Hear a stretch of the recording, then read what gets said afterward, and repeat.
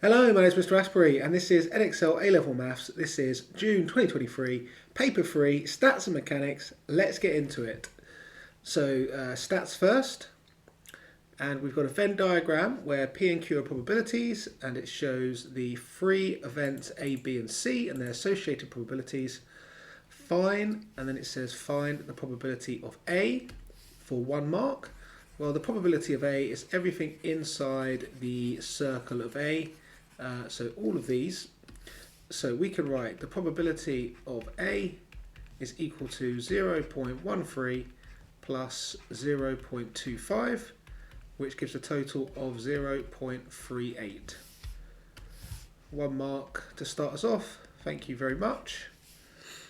Okay, next one. It says that B and C are independent. Find the values of P and Q for 3 marks. Okay, so the formula for independence is as follows. That was part A, this is part B. The probability of B multiplied by the probability of C will equal the probability of B intersection C. And this is the case if they are independent, and we are told they are independent, so this formula will work. So let's work out what the probability of B is. Well, it's everything inside of the circle of B. So this is going to be 0.25 plus 0.05 plus 0.3, and then multiplied by the probability of C, which is everything inside the bubble of C, which is all of this. So that is 0.3 plus P, and that will equal the intersection. Well, the intersection is the bit where the two sets meet, and the two sets meet, I've shaded in both one yellow, one blue, so where they meet is green, and that is 0.3. Lovely. Okay, so now we can just solve this equation. This right here is going to be 0.6 when I add these 3 up. And that's multiplied by 0.3 plus P, and that equals 0.3. I could divide both sides by 0.6, and that leaves me with 0.3 plus P, and 0.3 divided by 0.6 is a half, so 0.5. And from here we can conclude that P is equal to 0.2. Perfect, but not the end of the question, because we need to find Q as well. Well, now we've got a Venn diagram where we know this is 0.2, so we know all of the probabilities other than 1. And what we know about a Venn diagram is that the probabilities will always add up to 1, so we can just subtract. We can just do this calculation. In fact, we could do 1 minus all of the probabilities that we know. So 0.13, 0.25, 0.05, 0.3, and then 0.2. And that will give us 0.7.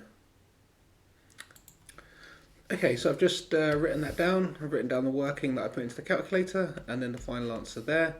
And there we go, 3 marks. Lovely. Right, for part C, it's asking us to work out the probability of A given not B. Okay, so we need the formula for conditional probability, and that is, it is the intersection of the two sets divided by what is given. In this case, that would be not B. Okay, so now let's go to our Venn diagram and find out what these probabilities are. So the first one is A and not B. So we want both of those things to happen. We want it to be in A, but we can't be in B. So it's just this section here. So that is 0.13. So this equals 0.13, and then over the probability of not B. So let's go back and let's shade in not B. So where are all the things which are not in B? Well, that's not in B. This over here is not in B, and also this is not in B. So it'll be those three things added together. So that was 0.13 plus 0.2 plus Q, which we found to be 0.07. So I'll put that into my calculator. And there we go, in it goes, and we get 13 over 40, which is our final answer, and first question completed. Okay, next question, and it says that a machine fills packets with sweets and 1/7 of the packets contain a prize. How lovely. The packets of sweets are placed in boxes before being delivered to shops. There are 40 packets of sweets in a box, and the random variable t represents the number of packets of sweets that contain a prize in each box. State the condition needed for t to be modelled by the binomial. Okay, so in order for us to be able to use a binomial distribution, events must be independent and random.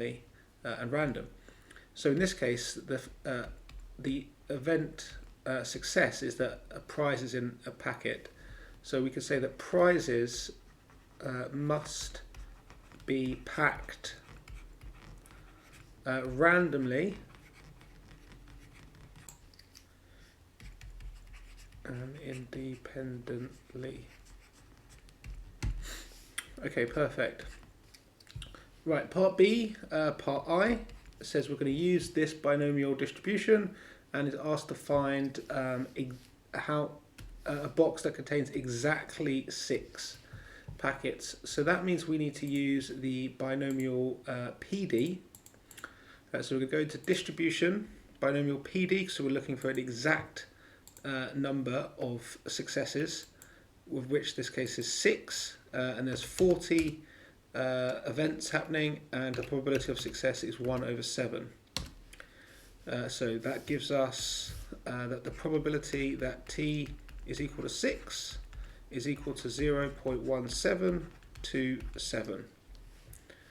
Perfect. Now the next one asks for the probability that the box has fewer than 3 packets containing a prize. Well, we've got to get our head around exactly what that means. So the probability that t is fewer than 3 means that it's less than 3, which is the same as 2 or less, because this distribution is discrete, so we can't have like any decimals or halves. So less than 3 essentially means less than or equal to 2. And we do that because when we go into the distribution and we go into binomial CD for the cumulative distribution, our calculator always gives it less than or equal to. So if I press 2, it means less than or equal to 2. The number of events and the probability stay the same. So that is 0.0616 is our answer there. Okay, great. Part C. Camille's sweet shop buys 5 boxes of these sweets. Find the probability that exactly 2 of the 5 boxes has fewer than 3 packets containing a prize. Now that's interesting because we've already worked out the chance of one box having fewer than 3 prizes. That was this probability here. So we just need that to happen exactly 2 times out of 5. So we're going to set up another binomial distribution. Let's call it X. And this time there's going to be 5 events, and the chance of success is if we get 3 packets containing a prize, and the chance of that happening is what we found before, 0.0616. Now, how many successes do we want in this new distribution? We want exactly 2. So we want to work out the probability that x is equal to 2. So we can go to, again, binomial PD this time, because we want exactly this number of successes. We do want 2 successes, but the number of events is 5 this time, because we're looking at boxes as opposed to like packets. And the chance of getting that success that we want is this probability we worked out before, of having fewer than 3 packets in a box. So that gives us an answer of 0.0316. Perfect. So a classic sort of double binomial type question. Okay, on to hypothesis testing. So Camille claims that the proportion of packets containing a prize is less than a seventh. So that's important. So we're going to be testing the lower tail. A random sample of 110 packets is taken and 9 packets contain a prize. You should test the claim, stating your hypothesis clearly, of course. So the first thing we do is we'll state our hypotheses, which is that H0 is that the probability is equal to 1 over 7, as that's what it kind of should be if there was no funny business. But the claim claims there is some funny business and the probability is less than 1/7. Okay, so we need to set up a distribution, and it's going to be binomial, and we are going to test 110 packets, and the probability we're going to assume is 1/7. So we're going to assume there's no funny business at all, and we're going to believe that it should be 1/7, and then we're going to find out how likely it is that this result that they achieved is actually possible when keeping the probability at a 7th. So I'm going to work out the probability of this event happening, 9 packets, but not just 9. I'm also going to work out 9 or fewer. So less than or equal to 9, because if there were fewer than 9, then that would strengthen the claim further. So we must test not just the chance of 9 happening, but all of the other ones which strengthen the claim, like 0, 1, 2, 3, 4, 5, 7, 8. So less than or equal to 9. Okay, so we need to go into our calculator and do this calculation. We need to go distribution, binomial CD, variable 9 and 110. And then we're going to work out, see how likely it is that this person achieved 9. Okay, so 0.0383. Okay, so that's interesting. So that is less than our significance level, because our significance level was stated to be 5%. So this is a really unlikely event to happen because it's less than our significance level. So it is unlikely to occur. And we used the probability of a 7th. And this is really unlikely to happen. So therefore, we need to reject H0 and say that there is enough evidence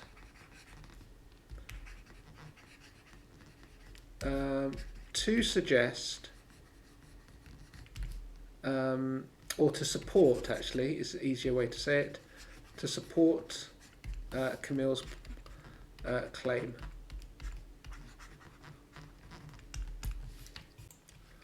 So once again, the chance of us getting this is so unlikely using the probability of H0 that we must suggest there has been some funny business, and the funny business is that the probability of getting a prize is actually less than they stated. Question 3, Ben is studying the total daily rainfall in Liming for 1987. He uses all the data from the large data set and summarized the information in the following table. Classic. Explain how the data will need to be cleaned before Ben can start calculating statistics such as mean and standard deviation. Well, mean and standard deviation need numerical values, and this value here is not numerical. So we can say that trace must be replaced with a numerical value, such as, we have to state as well, we can say 0 or something small like 0.025, I believe. So either of those would be absolutely fine. So I'm just going to put both down. Okay. Next, it says that using all 184 of these values, we get the sum of the x's is 390 and the sum of the x squared is 4,336. Calculate estimates for the mean.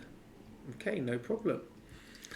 So the mean, of course, is the sum of the x's over the number of data points, which is 184, because it says that it's using all of these 184 values. So yeah, that just goes into our calculator. Nice and straightforward. Divided by 184, we get this. We need to write it as a decimal, ideally.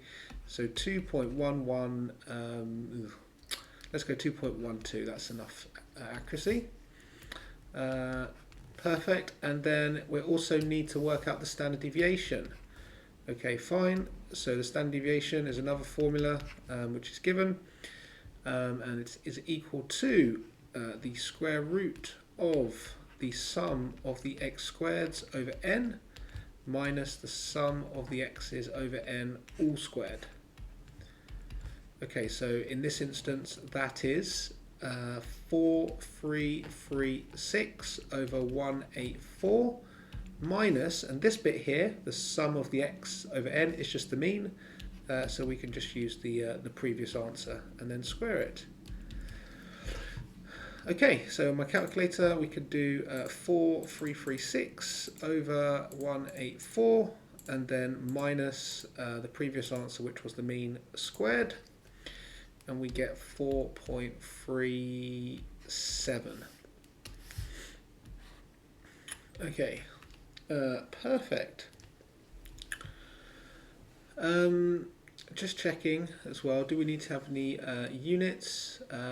It is in millimeters, so ideally we would actually put the units on, just to make sure. I really don't think you're going to get marked down for this, but just being pedantic, that is millimeters.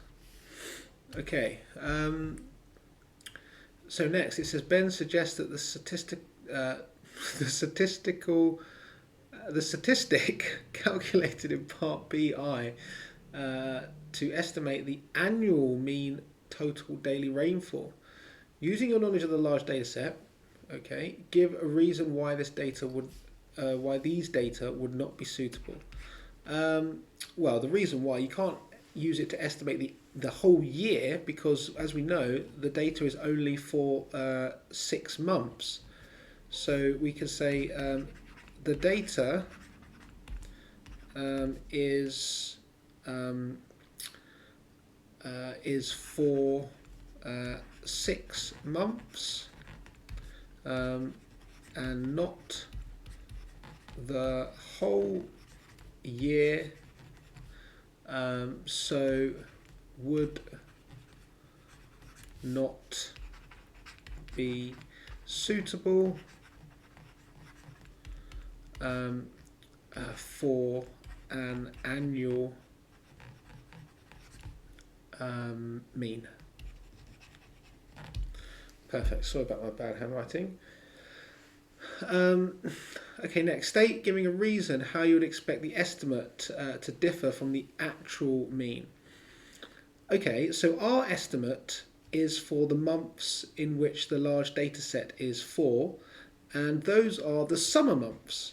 So if we were to do the whole year, it would include winter, and in winter would have more rain. So therefore what we have is going to be an underestimate, because in the winter, if you add the winter months on, then you're going to get more rain than what we have. So we're going to say that the winter months are missing,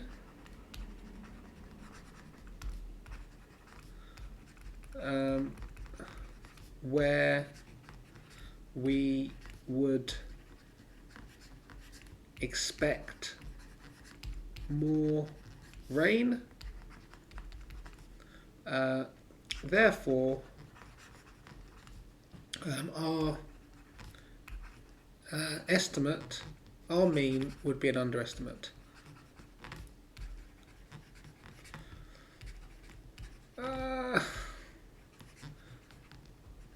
Okay, there we go. Whew. Question 4, a study was made of adult men from region A of a country. It was found that their heights were normally distributed with this mean and this standard deviation. Find the proportion of these men that are taller than 180 centimeters. Okay, fine. So this is a normal distribution, as it says, it's normally distributed. And we write the mean here, and then we write the variance here, which is the standard deviation squared. And we want to work out the probability that x is greater than 180.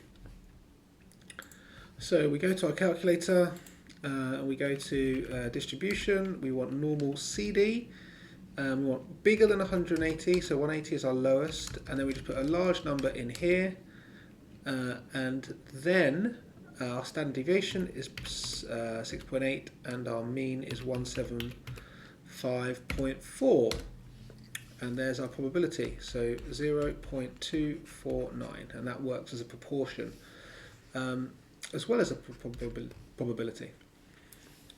Okay, a student claimed that the mean height of adult men from region B was different. Okay, straight away I'm thinking two-tailed test, because when you have anything which is different as opposed to greater or smaller, then it's going to be a two-tailed test.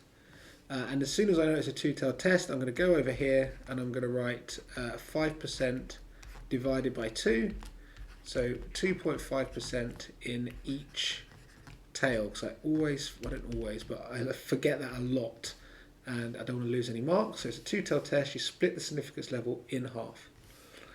Okay, a random sample of 52 adult men from region B had a mean height of 177.2. Okay, so this is our test statistic. This is us going out there and actually getting information, getting a surveying, and that is what we're going to use to see whether or not there is an increase or decrease in mean height. So they assumed that the standard deviation was the same for both regions, and now we need to do a test for the mean. So we're going to start off our hypothesis, and our hypothesis is that the mean for both countries is exactly the same. So the mean for region B is going to be 175.4, just like it was for region A. But the alternate hypothesis is if there is some sort of funny business, like something's happened, there's been a change, well, that would mean that the mean is different. So it would not equal 175.4. Okay, the next thing we need to do is we need to work out the mean normal distribution, the sample mean distribution, sorry. Now what we're going to do is we're going to assume that H0 is true. We're going to assume that there is no change, so the mean is going to stay at 175.4.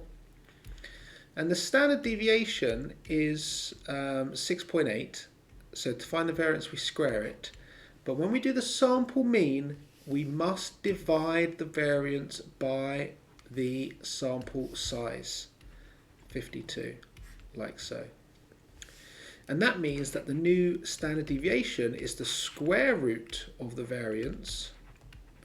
And I know that some people prefer to write that new standard deviation as just 6.8, in this case, over the square root of the sample size. Okay, so we're going to need to use that when we use our distribution. Okay, now to the test statistic. Now we're going to use the fact that they've gone out there and they've surveyed 52 people and they found that that little group of 52 have an average height of 177.2. Now that is interesting. That suggests that the mean is bigger than the original one from the other country. So we need to test the upper tail to see if actually there has been an increase in mean. Well, let's see how likely it is that you do go out and you do get a mean like this. Well, if I work out the probability that we have this mean or more, because that would strengthen the claim, and I'm going to see how likely it is that we can go out there and, assuming that we are using the mean of the first country, how likely it is that we do end up with getting a mean that is 177.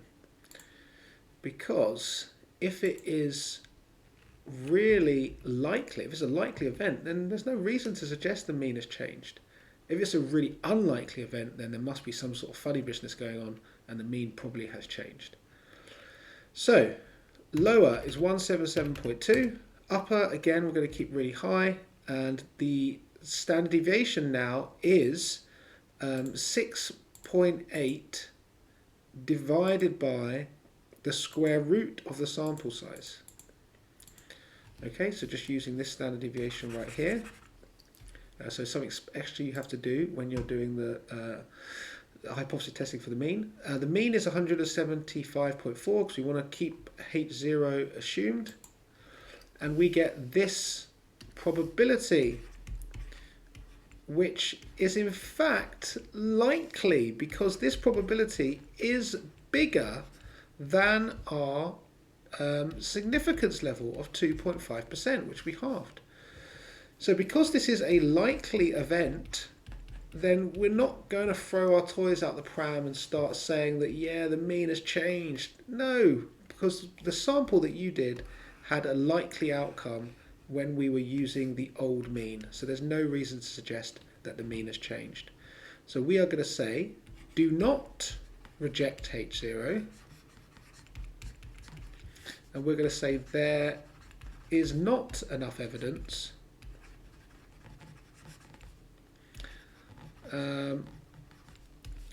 to support the claim. Perfect. Okay, and then part C, it says find the p-value of the test in part B. Now this is interesting because I don't really think the p-value comes up much in the textbook. But what is the p-value? Well, the p-value is how strong the evidence is.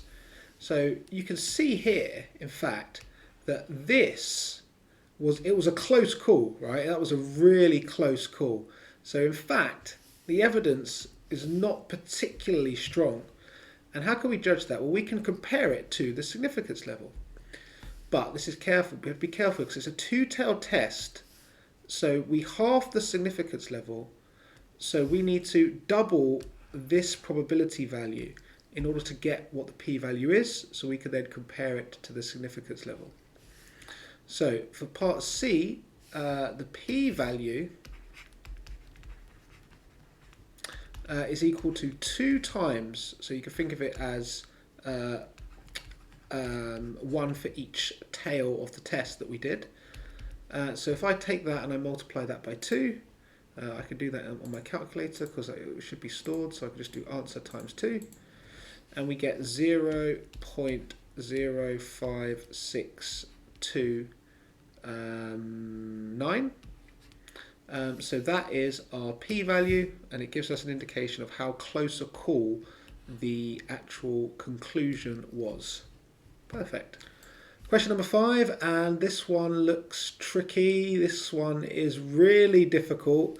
And in fact, I've done this on my channel already as part of my tricky A-level questions series. Check that out, by the way. So I'm just going to use that footage, I think. And yeah, so enjoy listening to that from me 6 months ago. And I'll move on to question 6. Let's start off first with understanding what this first bit of notation means. So in order for us to understand that, we have to remind ourselves of the conditional probability formula. So that states that if we have the probability of A given that B has occurred, that's equal to the probability of A intersection B over the probability of B. So that's one of the formulas, well, that is the formula for conditional probability, and that's one you have to know. Okay, so let's apply that now to this horrible bit of notation. So the probability that S, given that the spinner picks out a value of X, so that means the probability that you successfully get the ball in the cup, given a particular distance that you are stood from it, which was determined by the spinner, is equal to the probability of S intersection X is equal to X. So again, this is just following the conditional probability formula, all over what is given, and what is given is X is equal to X, like so. Okay, now that is equal to K over X, we're told. Okay, perfect. Now, this top line looks familiar, because this top line here, this intersection probability, is in fact defined on the next bullet point. So what does it say? It says that should be the same whatever value of X is obtained from the spinner. So this means that this blue intersection probability is going to remain constant no matter what value of X we get.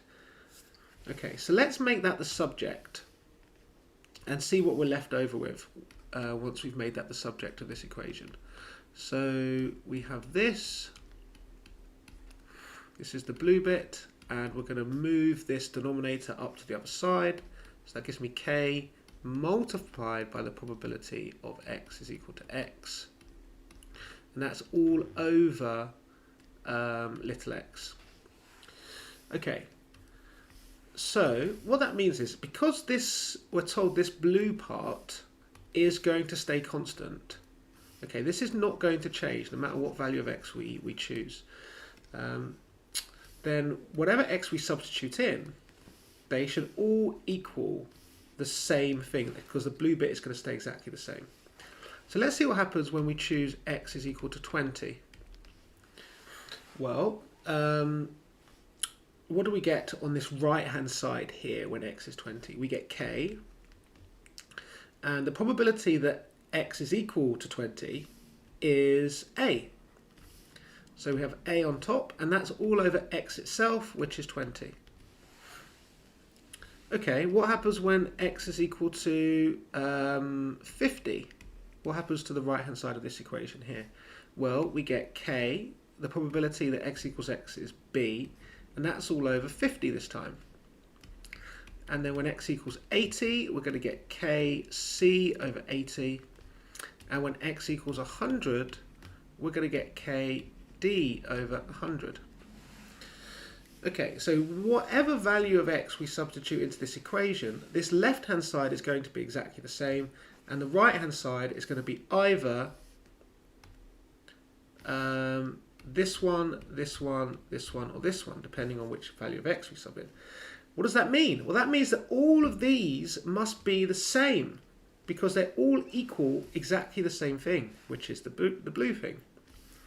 So I can say that Ka over 20 is equal to Kb over 50, which is equal to Kc over 80, which is equal to Kd over 100. Now we can divide through by K on these set of equations, and we can also find a common denominator, well, not common denominator, but we can multiply by the lowest common multiple, which is 400, and that will give us 20A is equal to 8B, which is equal to 5C, which is equal to 4D, and that just makes it nice and easy. Okay, great. Now, what have we been actually asked to prove? We've been asked to prove that C is equal to 8 over 5B for 2 marks. Crazy. Okay, so let's look at this part of this set of equations, and we can rearrange that to make C the subject, just dividing both sides by 8. So that's going to give me, no, sorry, by 5. which is going to give me 8 over 5b is equal to c, which is exactly what we need to show. So there we go. Part A has been completed. Wowza. Okay, so for part B, we need to find the full distribution, which basically means we need to find values for A, B, C, and D. Now, what we know from a discrete random variable like this is that the probabilities will always sum to 1. So we know that A plus B plus C plus D will equal to 1. So we can use this equation and substitute in what we know already. We already have a value for C in terms of B. So let's rewrite this as A plus B plus C, or rather than writing C, we're going to sub it out for 8 over 5B, plus D is equal to 1. Okay, so now we need a value of A in terms of B, which we can substitute in. Well, we know that 20A is equal to 8B, so therefore A dividing by 20 is going to give me 2/5 B. Okay, great, so we can rewrite this equation as 2/5 B plus 8/5 B, and then we just need to replace D, which in terms of B, we know that 8B is equal to 4D. Again, using this equation here, or this set of equations here, we can say that 8B is equal to 4D, which means that 2B is equal to 1D. So we can sub that in as well. And now we've got this equation which is only in terms of B, which we can simplify. We've got 1 and 2 makes 3. And these fractions here make 10 over 5, which is 2. So that's a total of 5B is equal to 1. So we know that now B is equal to 1/5. Okay, great. And now we can just use these equations we have on the side here, this one, and this one, to get values of A. So A is 2/5 times B, which is 1/5. So A is equal to 2 over 25. And we know that C is equal to 8/5 B. So C is equal to 8/5 and B is 1/5. So that makes 8 over 25. And then we also know that 2B is equal to D. So therefore 2 times 1/5 is equal to D. So D is equal to 2/5. Perfect. So all that's left to do is actually to find the distribution of X. So I think we need to actually draw the distribution out. So we would write here X, we would write the probability that capital X is equal to little x. 20 is the first value, and that probability is A, which is 2 out of 25. And then the next one is 50, which is 1 out of 5. And then we have 80, which is 8 out of 25. And then the last one we have is 100, which is 2/5. And that is the distribution, and that is full marks, bosh. Okay, next question, C, which is a real cheeky question because, like, for 1 mark, you've got to do a lot of work for 1 mark. Anyway, Nav tries a large number of times to throw the ball into the cup from a distance of 100 centimetre. Okay, a large number of times, that's important. It means that we can trust this probability. He successfully gets the ball into the cup 30% of the time. So we're going to assume that the probability that he successfully gets the ball into the cup, so S, given that he stands a distance away of 100, is going to equal 30% or 0.3. So that's the assumption that we've just been told. And now it says, state giving a reason why Tyson's model of this game is not suitable to describe Nav playing the game for all values of X. That's really important. We know from our information that this should be equal to K over X, where K is a constant. So if that's equal to K over X, then we have K over X is equal to 0.3, and the X that we used in this particular situation was 100. So this tells me that k over 100 equals 0.3, which means that k is equal to 30. Now, does that work for all values of x? Because apparently it doesn't. So it worked for, or at least we've used the assumption for when x is 100. So let's try the other extreme when x is 20 and see what happens when x is equal to 20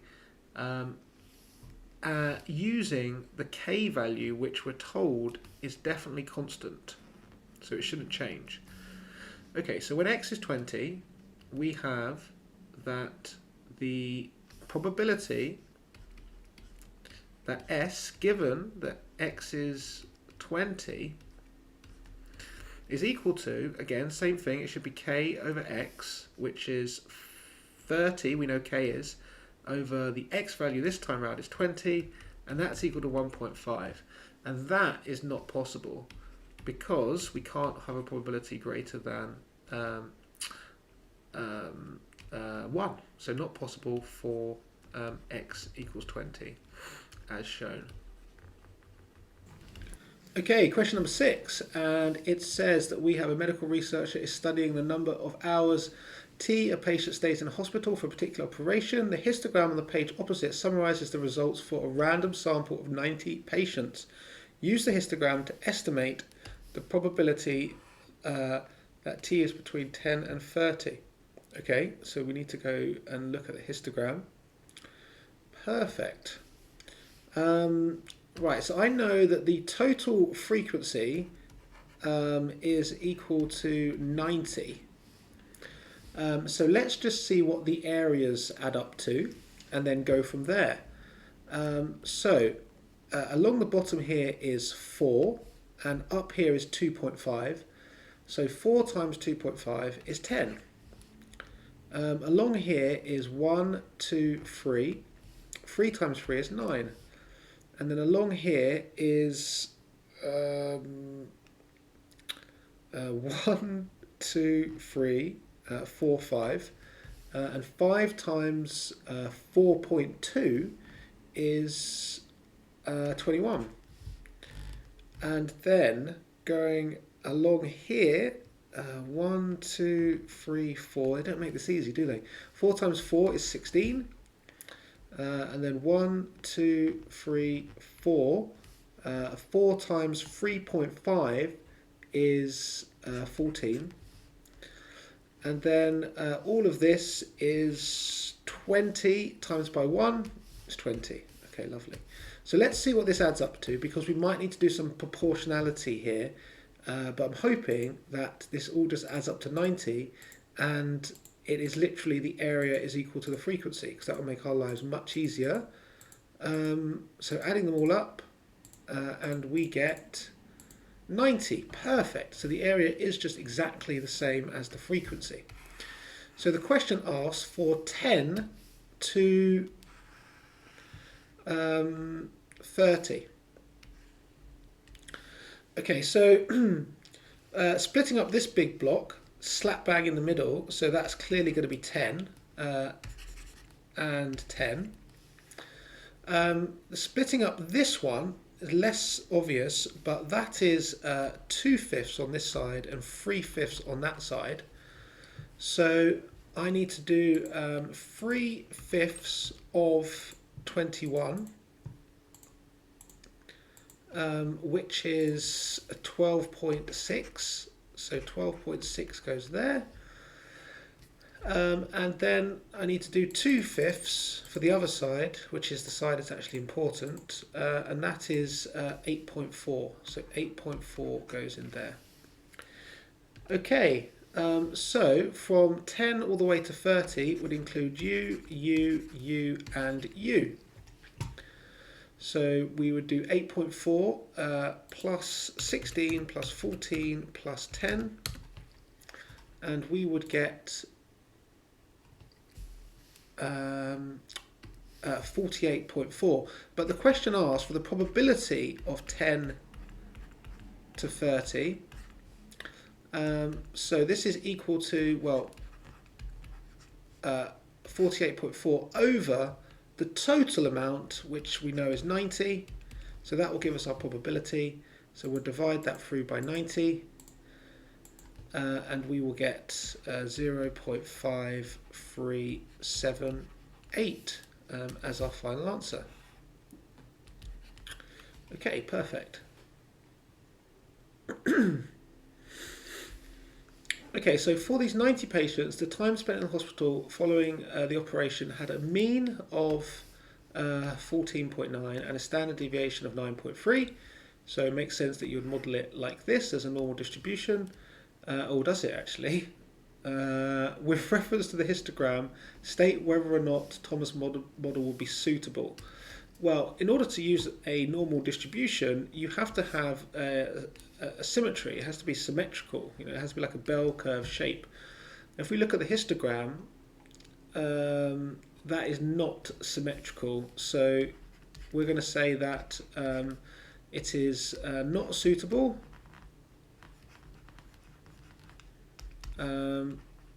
As the data is not symmetrical. For example, like a bell curve. Okay, perfect. So now it says that Jiang suggests that the frequency polygon based on the histogram could be modelled with this equation. Okay, where x is measured in tens of hours, and k is a constant. Use algebraic integration to show that the integral of between n and 0 of x e to the minus x is equal to as such. Fine. So a little bit of pure maths chucked in there for 4 marks. How exciting. So it was the integral of n and 0 of x e to the minus x dx, which means we need to use integration by parts. And I use the DI method for integration by parts, which is and has been verified by the mark schemes to be a valid method now. So for the DI method, we do plus, minus, and plus. It's just a quick way of doing integration by parts. You put x here because x is an algebraic, and it's like not a trig or not an exponential function. And we put the exponential function in here. We differentiate x to get 1, then we differentiate that again to get 0. We integrate e to the minus x, which gives us minus e to the minus x. And then we integrate that again, which gives positive e to the minus x. So the integral, we just multiply this by this, and then this by this. And we're done. Okay, so this is, there's a minus here. So it's going to be minus x e to the minus x. And there's a minus here, so it's going to be just minus e to the minus x. And that is in between n and 0. Okay, so next we're going to want to substitute in our limits. So we replace x with n, so it becomes minus n e to the minus n, minus e to the minus n. And then when we sub in the 0 limit, this x here will be 0, so therefore that first term will just go to 0. But this one here, this will be e to the 0, which is 1. So it'll be minus that, so it'll be minus 1. Okay, so let's simplify this now. We can put the 1 at the start because it's a minus minus, so it's a positive. Both of these two terms are negative, so I can put a negative there and then write this as e to the minus n plus e to the minus n. Because again, they're both negative, so just take a negative outside of the bracket. And then I can take out a factor of e to the minus n, and that would leave me with n lots and then just 1 lot there. So it'll be n and 1 lot of e to the minus n. And I think that is exactly the form they want it in. Let's just go double check. Yes, perfect. So that is job done.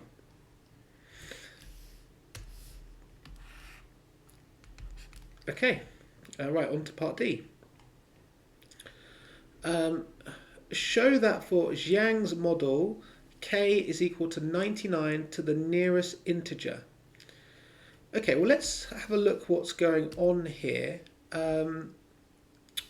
So they are using this curve to model the histogram. They're using a frequency polygon. So essentially what they want to do is they want to create a function which hits the midpoints of all of the bars, like so, and connects them up to create this frequency polygon, a bit like this. Okay. Now, essentially, they would like this frequency polygon to have the same area underneath it as the histogram does, in order for us to represent the fact there are 90 data points there. So ideally, the area underneath the curve, which is this one here, will have an area of 90. And how do we find area under curve? We integrate. So their function is exactly what we've integrated, but there is multiplied by k. So we have to take that into consideration, and we want it to equal 90 when we integrate between not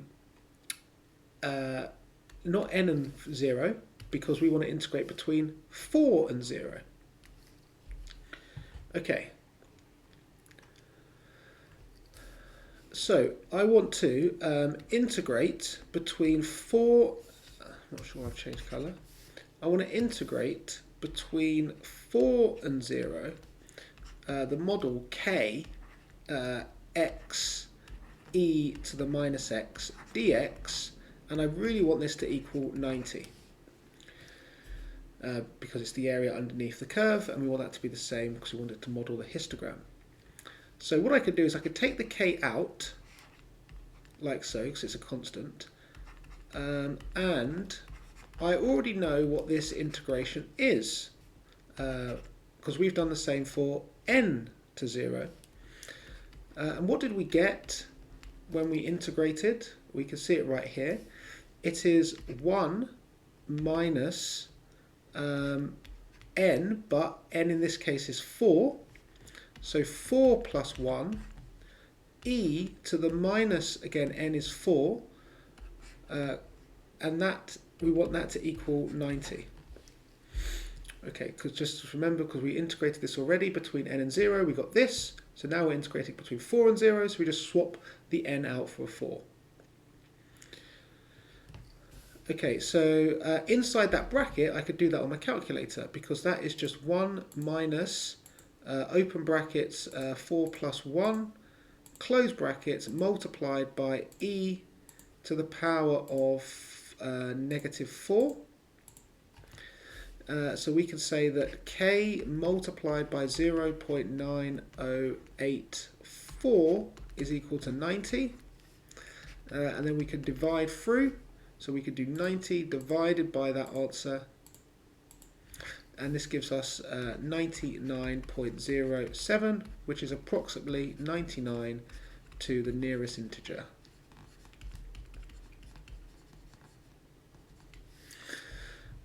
As required. Okay, fantastic. Right, still more to go. Still a lot more to go. Estimate the probability between 10 and 30 using Thomas's model. Oh, easy peasy. Let's just use the calculator for that. So that is normal CD, and we want to go in between 10 and 30, and we're told the standard deviation, we've got all the information there, and we're told the normal, the mean, sorry. So we just do that in our calculator and we get this. So just come down here, and I'll write the next part. I can't even keep up with what question part we're on here because it's just a beast question. So I'll just write it out like this, 0.6486. We'll underline that and bosh. Okay, Zhang's curve with equation, yes, we know that, and the answer to part C. Oh, right. So, we need to estimate this probability using Zhang's curve and the answer to part C and this part here. Right, so let's just draw a quick diagram. Let's imagine that, Zhang's curve looks something like this, as it was trying to model the histogram. Starting at 0 and ending at 4, because even though the histogram goes up to 40, we are measuring in tens of hours, so that's why it goes up to 4. So let's imagine that this is the curve, something like that.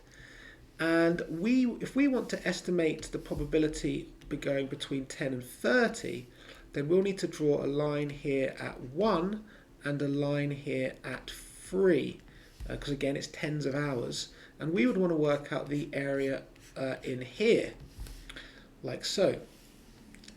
Now we know what the area is between, because for part C we know the area between any number we want, n, and 0.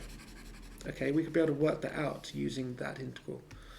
So if we first work out when n is 3, that will give us all of this area there. But that's not what we want. We want to get rid of this stuff, which is when n is 1, because that will be from 1 to 0. So if we do the integral from 3 to 0, and then minus the integral of 1 to 0, it will leave us with everything we want in the middle in between them. Okay, so let's do it. So formally, we want the integral between 3 and 1 of, and we can put the 99 outside, x e to the minus x dx. Which is the same as doing 99, the integral of 3 to 0 of x e to the minus x dx, minus the integral from 1 to 0 of x e to the minus x dx. Like that. So that will be 99, and that will be multiplied by, and we know, again, we know these integrals. We know exactly what they give us. They give us this guy. So that is 1 minus n plus 1 e to the minus n. So it is 1 minus n plus 1, but n in this case is 3, e to the minus n, but in this case n is 3. Minus, we'll do it again, but this time n is 1. So it'll be 1 minus, oh god, we've got to be a bit careful here with all the brackets, don't we? Because this is different to this. Yeah, so okay, that's fine. Don't panic. This is still good. And then again, this is 1 minus, and then n is 1 plus 1 e to the minus 1. Okay, so I guess this can just go all in our calculator. Okay, so I've just simplified it a little bit, and then in the calculator I've put the stuff inside the square brackets. So I'm just going to press equals there, and then I'm going to multiply that by 99, 5366, to get our answer, which is 53.1. Okay, now, that's not our answer, is it? That is the area, that is the number of people, or the frequency in that section, but it asked for, gosh, this question is horrendous, the probability. See that P there? It's a probability. So we know the total number of frequency is 90 for this question. So we can say the probability that 10 between between 10 and 30 is going to be 531 over 90. So we can just divide that by 90 and we get our answer, which is 0.59. 0. Okay, perfect. Wow, what a beast question this is. Okay, and it's not over yet. We go on. It says, the researcher decides to use Young's curve to model the probability of A, T to B. State one limitation of Young's model. Well, it doesn't give us any limits here, so Young's model is just between 0 and 4. So the limitation is that it doesn't go over 40 hours. So I've just put here, patients may stay longer than 40 hours. And that is job done. I hope you enjoyed that. Bye for now. Mechanics. Let's get it. A car is initially at rest on a straight horizontal road. The car then accelerates along the road with a constant acceleration of 3.2 meters per second to the minus 2. Find the speed of the car after 5 seconds.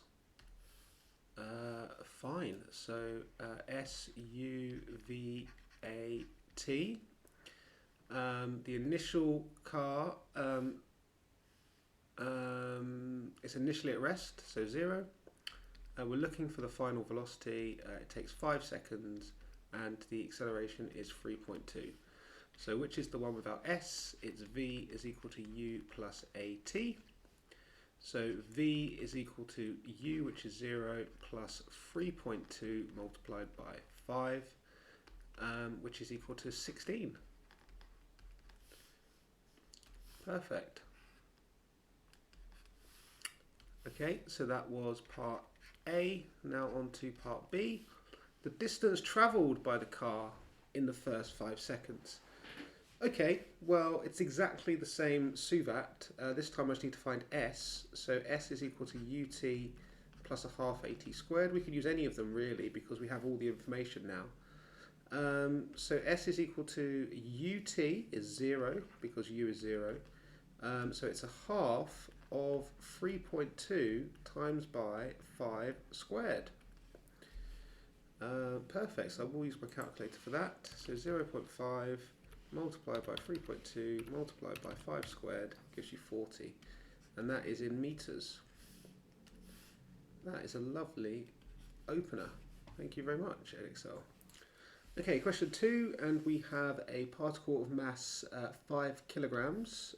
So we know that the weight coming directly downwards will be 5g. And we've got the horizontal force, and there's also a rough horizontal plane, which means there is going to be a frictional force. Perfect. Okay. Find the magnitude of the normal reaction. So the normal reaction is the one that goes up like so, like that. So the normal reaction will be in perfect balance with the weight going down. So it's equal to 5g, which is 5 times by 9.8. So 5 times by 9.8, which is 49 newtons. Okay, perfect. Part B, the particle is accelerating along the plane at 1.4 meters per second. Find the value of F. Okay, so what we'll do is we'll do a F equals ma. The sum of all the forces is equal to the mass times by the acceleration. So the forces we've got, because we are accelerating in this direction, this will be the direction of motion. So that's the positive direction. So we've got 28 going positive, and it means that we're going to have going in the other direction just F. So it'll be 28 minus F. So we can say 28 minus F is equal to the mass 5 times by the acceleration, which we were told was 1.4. Perfect, so we can solve for F here by just doing 28 minus 5 times 1.4 to get 21 newtons. Okay, great. The coefficient of friction between P and the plane is mu. Find the value of mu. Fine, well, we know that the frictional force at its maximum, which it is at the moment, is equal to 21, is also equal to mu r, as by our formula. And we know what r is. We worked it out, it's the normal reaction, which is 49. So mu is just equal to 21 divided by 49. It says give it to two significant figures, so I can't just leave it as a fraction. So that is 0.43. Job done. Okay, question 3. We've got a velocity equation in terms of i's and j's, and it says find the speed at t is equal to 0. Okay, so what we can do is we can say t is equal to 0 gives us that v is equal to well, just 7i for the first part, and t is 0, so that's just going to be minus 3j. Okay, perfect. So the speed is equal to the magnitude of the velocity, so that means we're going to square root the squares of each of the components added together, like so. So that's the square root of 49 plus 9 is 58. I think just leave it like that then, really. In the exact form is probably better than anything else. Yeah, fine, let's leave it like that. Okay, B.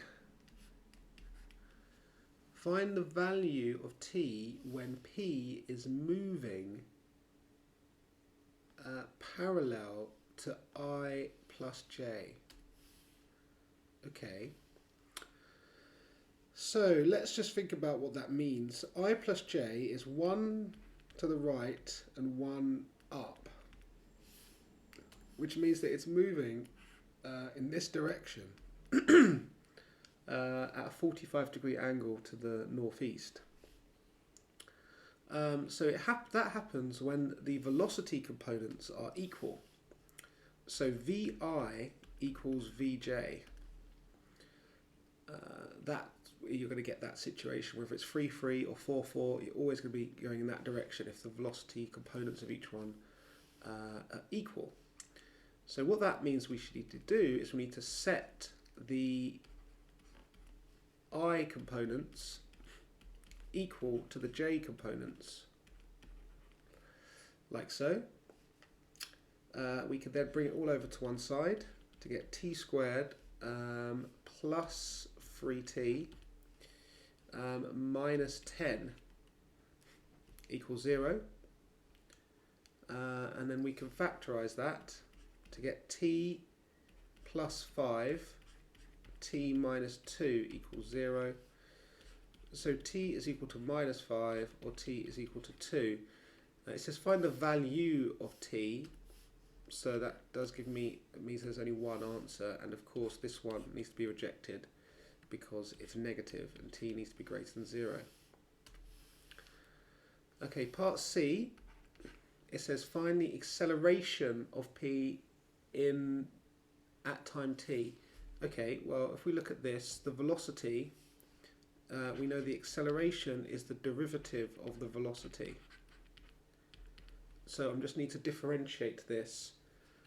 So the i's are going to give me 2t minus 3 when I differentiate the i's, plus the j's is going to give me 4t, and that's it. That's it, yep, done. The value of t when the direction of the acceleration of p is perpendicular to I. Right, fine. So I is in this direction. So perpendicular to I is j. It's just straight up, so it's j.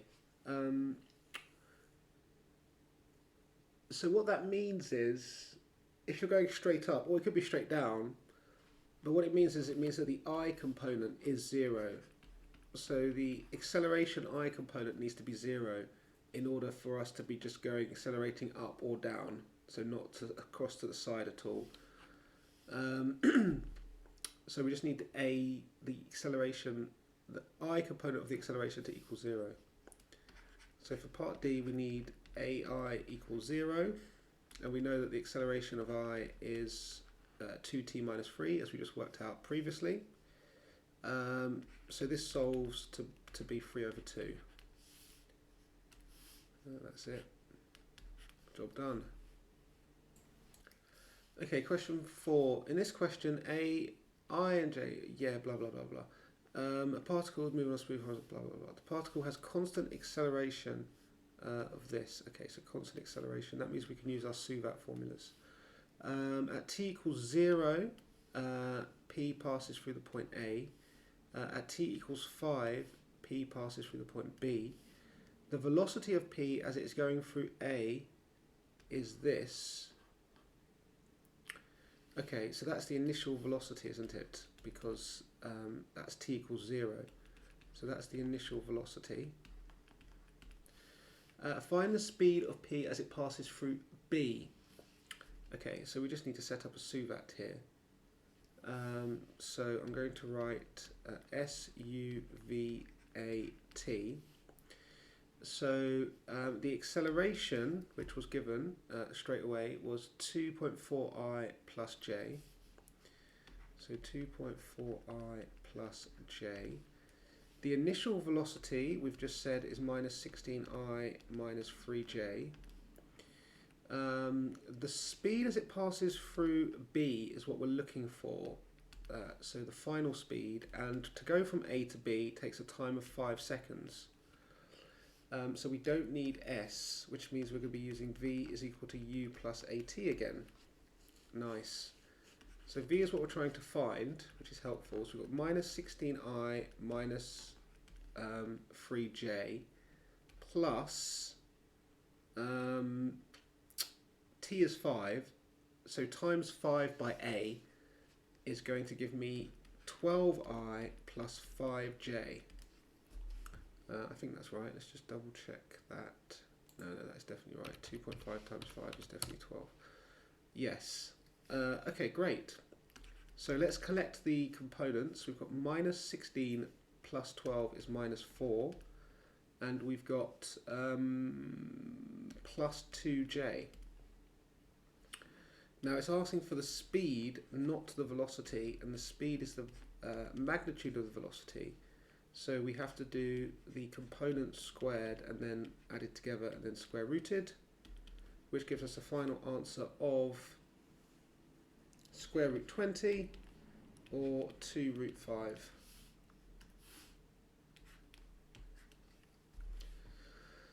Nice. The position vector of A is this. At t is equal to capital T, where t is greater than 5, P passes through the point C. Okay, so this is the initial position. The position vector of C is this. Okay, calculate the value of t. Okay, so we have to use that funky formula, don't we, with like S0 and stuff.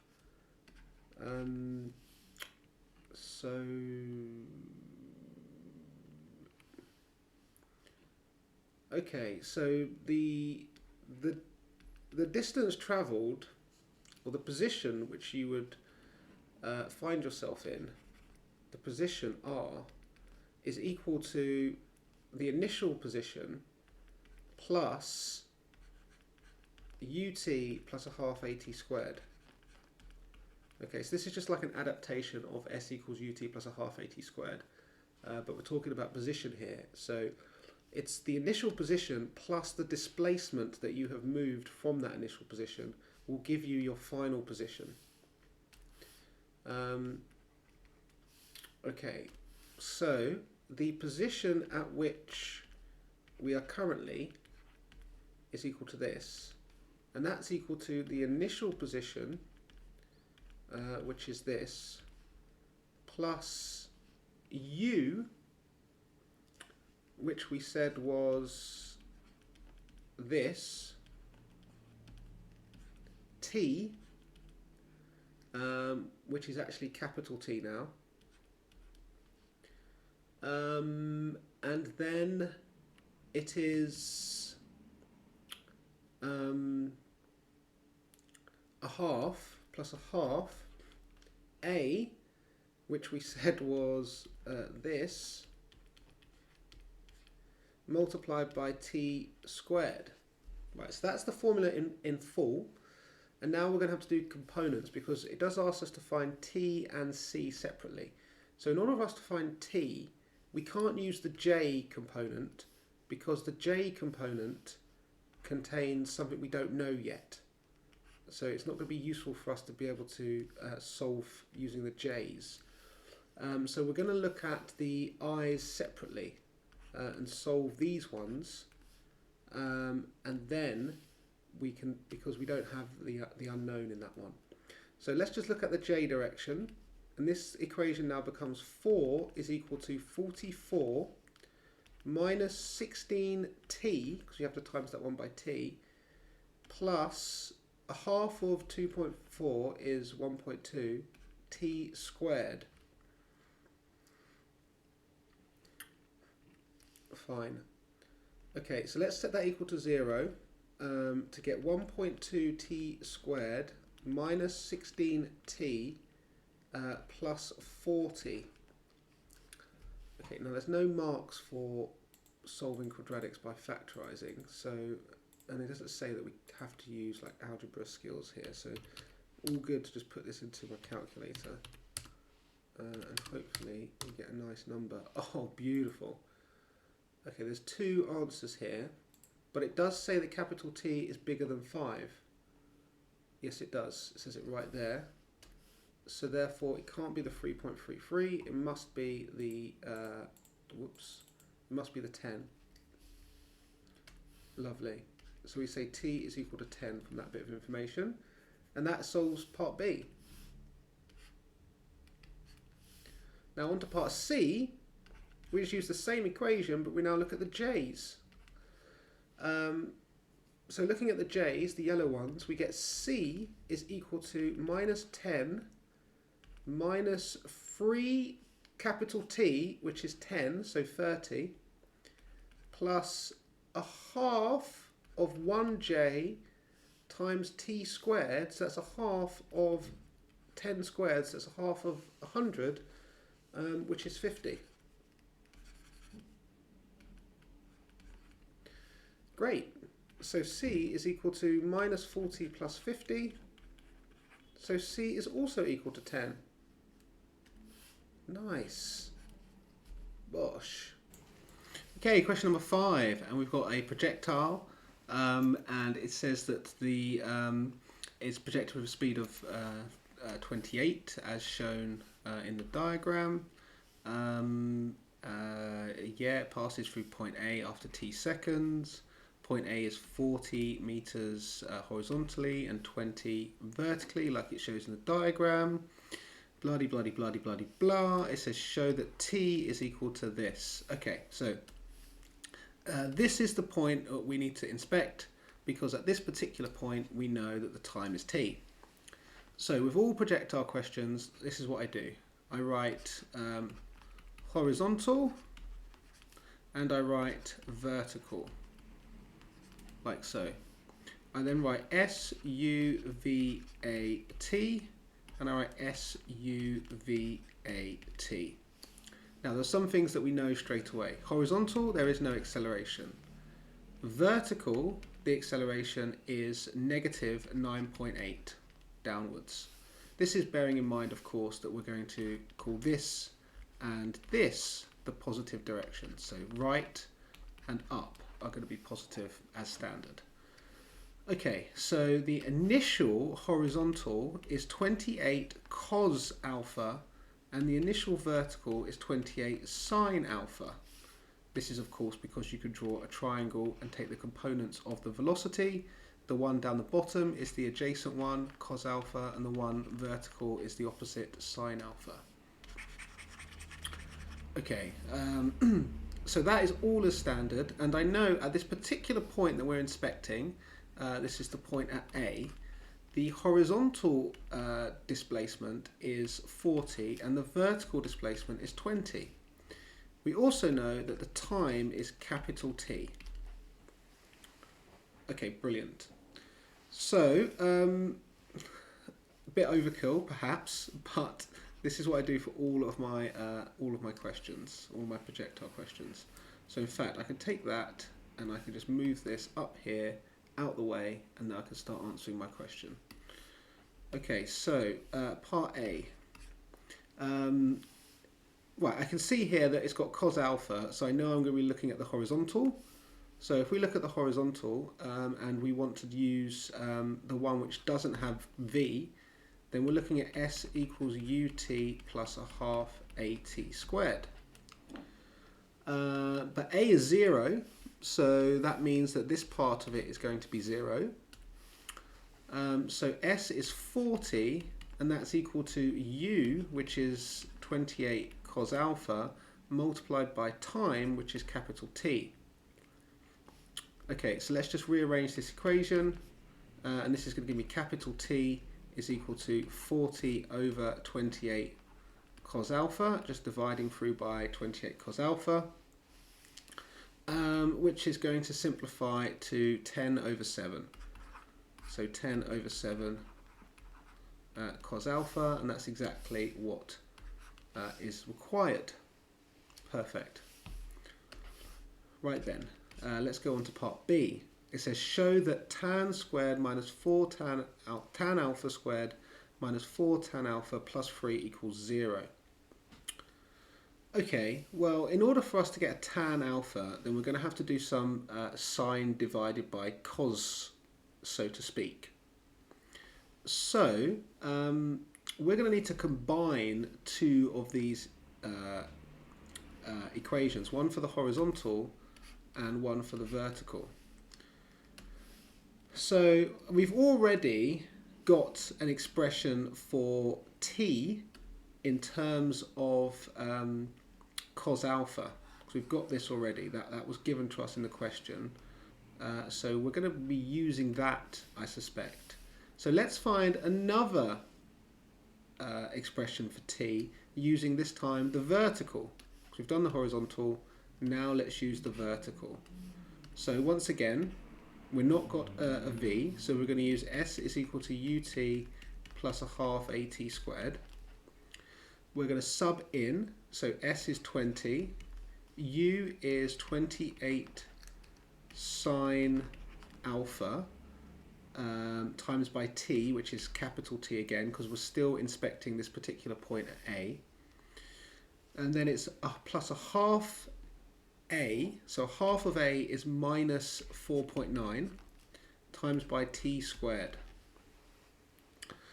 Okay, so now we've got two equations, both in terms of T, and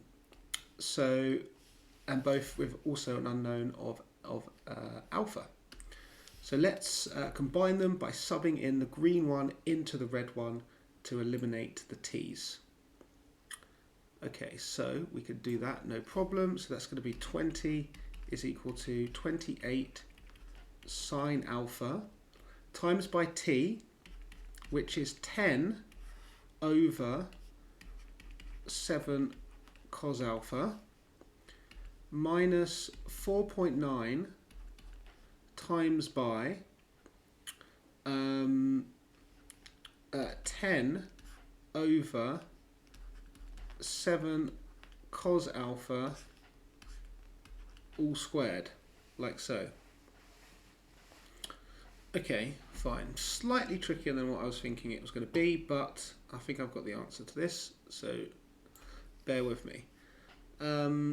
So next, this is going to be, let's use all the space available, this 28 and that 7 are going to cancel out to make 4. Times by 10 is 40. and then we've got that sine over cos, which is of course tan. Okay, so that's nice. This one less so nice. But let's just do the numerical calculation first, which is 4.9.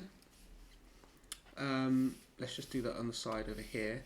So that's 4.9 times by 10 squared, which is 100, and then divided by 7 squared, which is 49.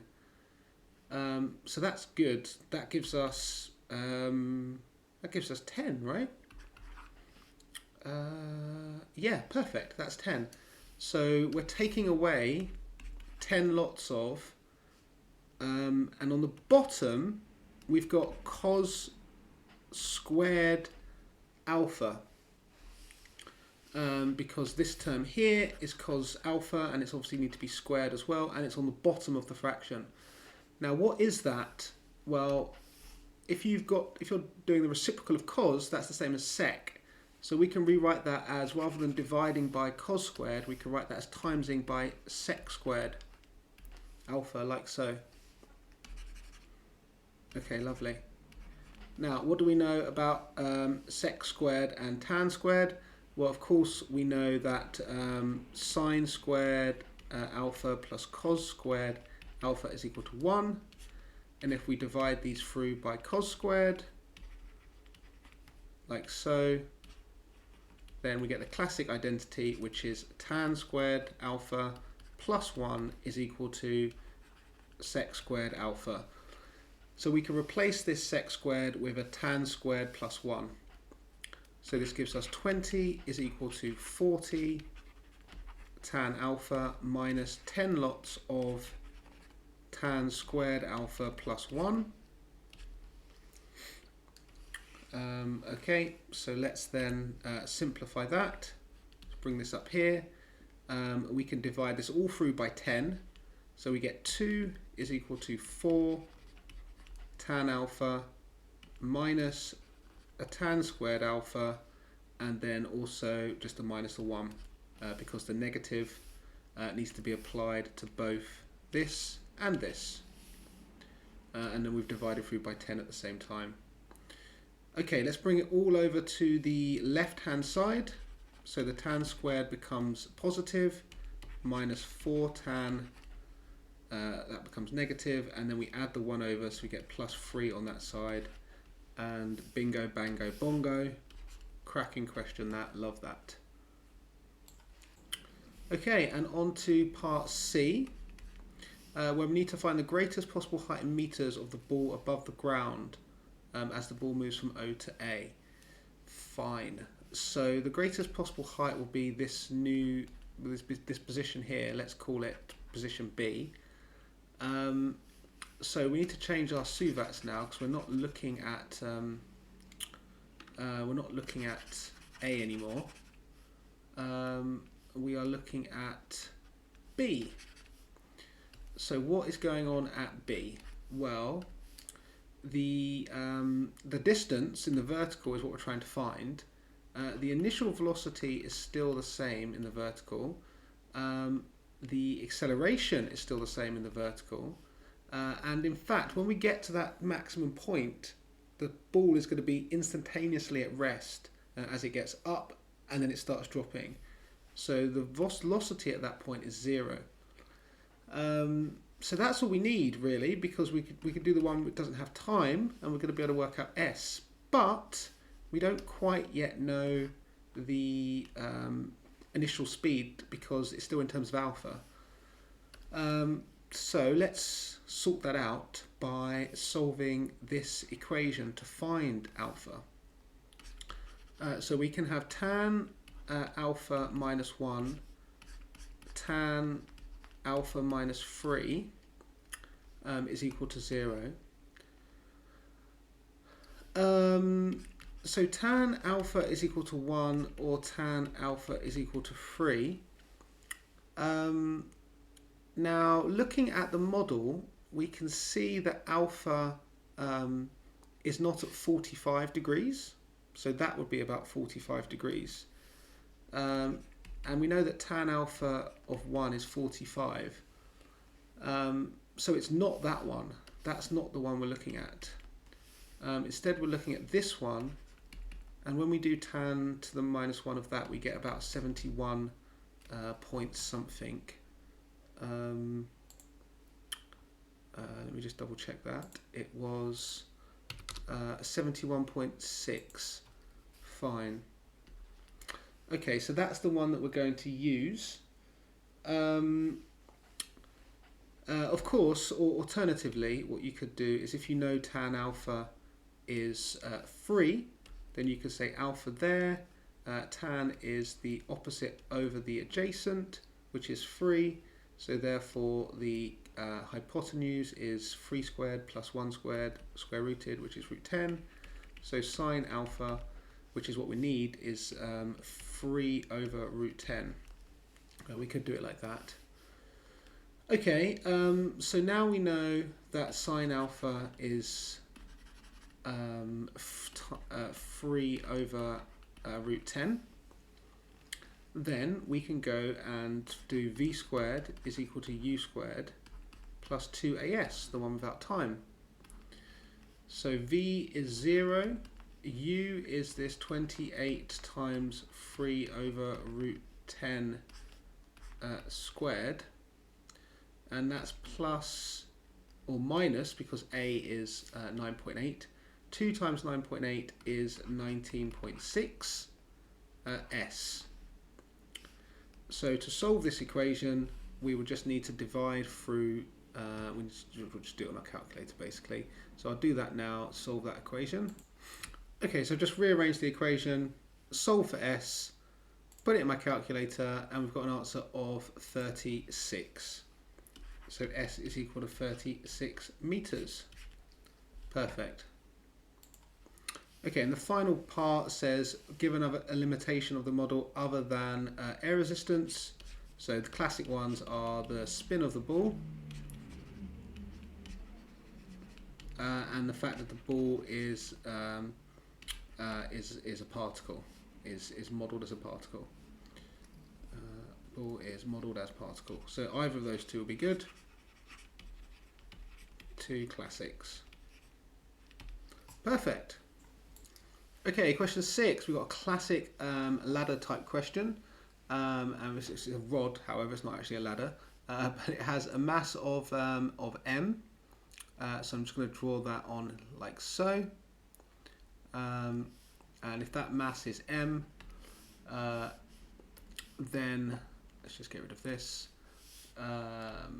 Then the weight is capital Mg, like so.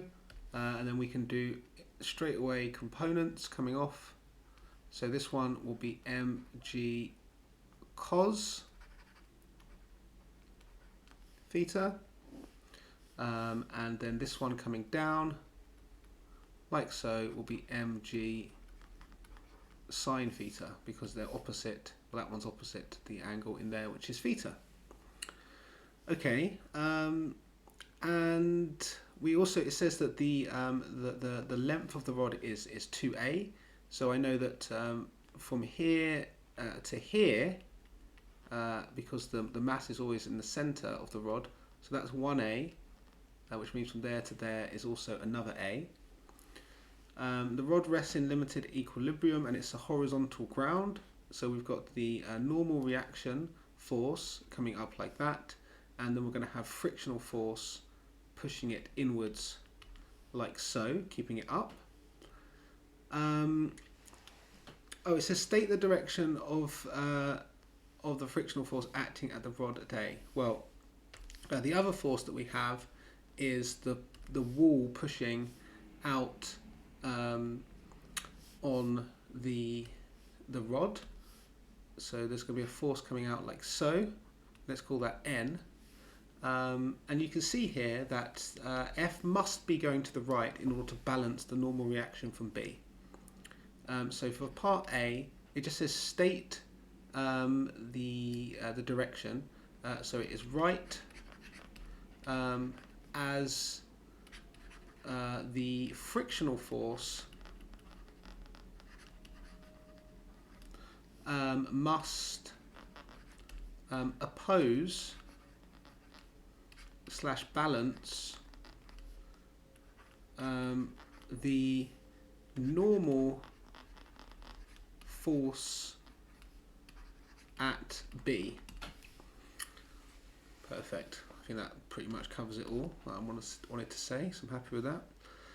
The magnitude of the normal reaction of the wall at B is S. Okay, fine. I called it N. Let's call it S. Whatever.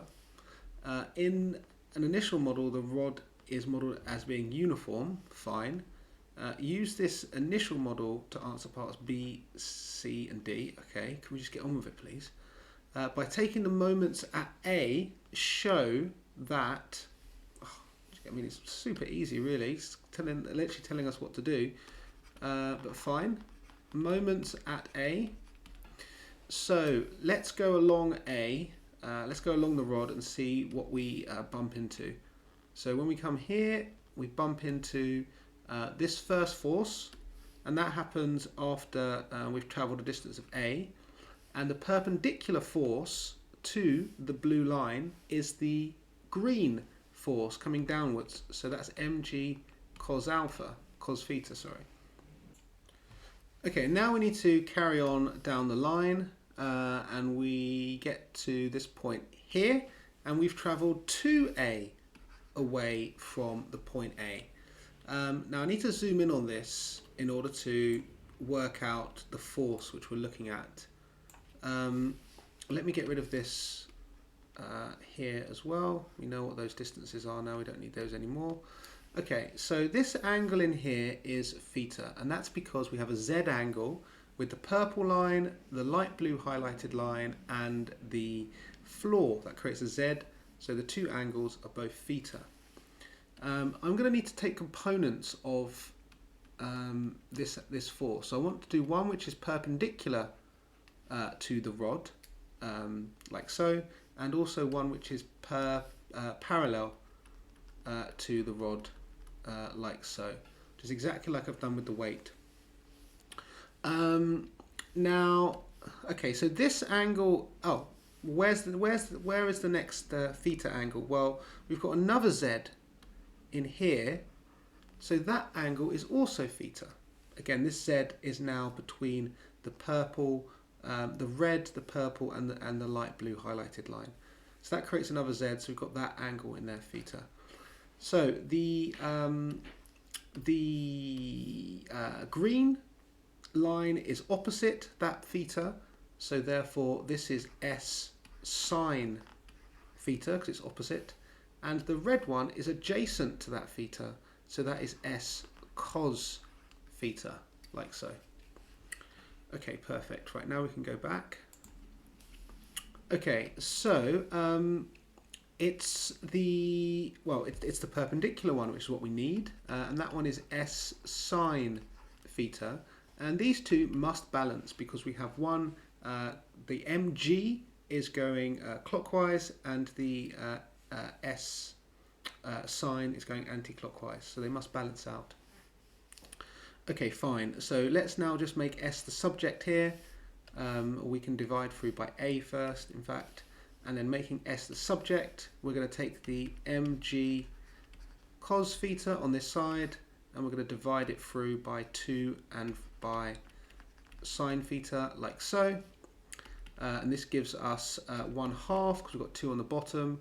We've got mg on top, and cos theta over sine theta is cot theta. So that is good, golden, good to go. Okay, right, part C. It says the coefficient of friction between the rod and the ground is mu, given that tan theta is equal to 3/4, then find the value of mu. So as soon as I see the fact that it gives us tan theta, I draw a quick triangle like this. Tan is the opposite over the adjacent. This is a 3, 4, 5 triangle by Pythagoras, so that tells me that sine theta is the opposite over the hypotenuse, and cos theta is the adjacent over the hypotenuse, like so. And also, it could be quite useful, cot theta is obviously the reciprocal of tan theta, so it's 4/3. Okay, find the value of mu. So these questions are so formulaic. You first have to do moments A, and then you have to resolve forces either horizontally or vertically, and then after that you have to resolve forces horizontally or vertically, depending on what you did the first time round. So because it's asking us for mu, I think we are going to need to do both, I think, in this instance. Or no, perhaps not. Who knows? Let's just do it anyway. So I'm going to go vertically first. So vertically, what have we got? Let's have a look. We've got R going up. We've got mg coming down. And the force at B is only acting horizontally, so it has no vertical component at all. So it's only working horizontally. So therefore we say that it's just that vertically we have R is equal to mg. Perfect. Okay, so now we need to look horizontally. And what do we have horizontally? Well, we have just simply F going this way is the same as S going that way. Okay, so F is equal to S. Fine. Okay, so F is equal to S, which we know is a half mg cot theta. So F is equal to a half mg, and cot theta, like we said, was 4 over 3. So this is the same as 2 over 3 mg. Perfect. Now what do we know about friction? Friction at its max, which is when we're in limited equilibrium, which is what we are at the moment, is equal to mu r. So we've said the friction is 2/3 mg. So that's equal to mu times by r, which we said was mg. Perfect. I'm just acutely aware now that my mu's look very much like my m's. But that's a mu, that's a mu. So therefore mu is equal to 2/3, dividing both sides by mg. Perfect. Lovely. Okay, let's have a look at the next one. Part D. Find in terms of m and g the magnitude of the resultant force acting on the rod at A. Okay, so at A we have just R going up vertically, and we have F coming along horizontally. So what I could do is I can just draw a little force diagram, because we have F coming along horizontally, and we have R going up vertically. So the resultant force will be the magnitude of these two forces combined. So we can say that the resultant is equal to the square root of F squared plus R squared. Okay, now do we have each of these? Well, we have F and we have R. Perfect. So let's just get rid of this working here and let's carry on. Okay, so we have it is the square root of F squared, which we said F, the frictional force, was 2/3 mg, plus R, which was just mg. Okay, perfect. We can factorize out an mg here, which will give me mg outside, because mg's they'll be squared and then square rooted. So when we pull them out, they will just be mg's. which will leave me with 2/3 squared plus 1 squared inside, like so.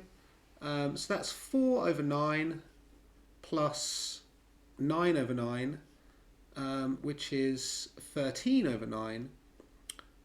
So it's mg multiplied by the square root of 13/9, which you might want to write it as root 13/3 mg. Bosh. Okay. And then in a new model, the rod is modelled as being non-uniform with its centre of mass closer to B than it is to A. Okay, so the centre of mass is like more like over here, say. A new value for S is calculated using this new model with tan is equal to 3/4. Fine. State whether the new value of S is larger or smaller or equal to the value of S it would take in the initial model. Okay, slightly annoying that I don't have the working out here, but how did we find S? We found it over here by taking moments at A, didn't we? We took moments at A in order to find S. So, backtracking, what we did is we did A multiplied by mg cos theta was equal to 2A multiplied by S sine theta. That was how we found S. Now, in this case, this A here would be shifted further up along. So this would be something like 1.5A if it was the new, say for example it was, 3/4 of a long, so 1.5 out of 2 along. And then if we were to solve this again, we would get 1.5A mg cos theta over 2 sine theta. So this 1.5 is going to be multiplying the numerator. So it's going to increase S. So the answer is S would be larger. And then does it say give a reason for your answer? Yeah, I mean, I guess I've got, what can I say? S would be larger as the new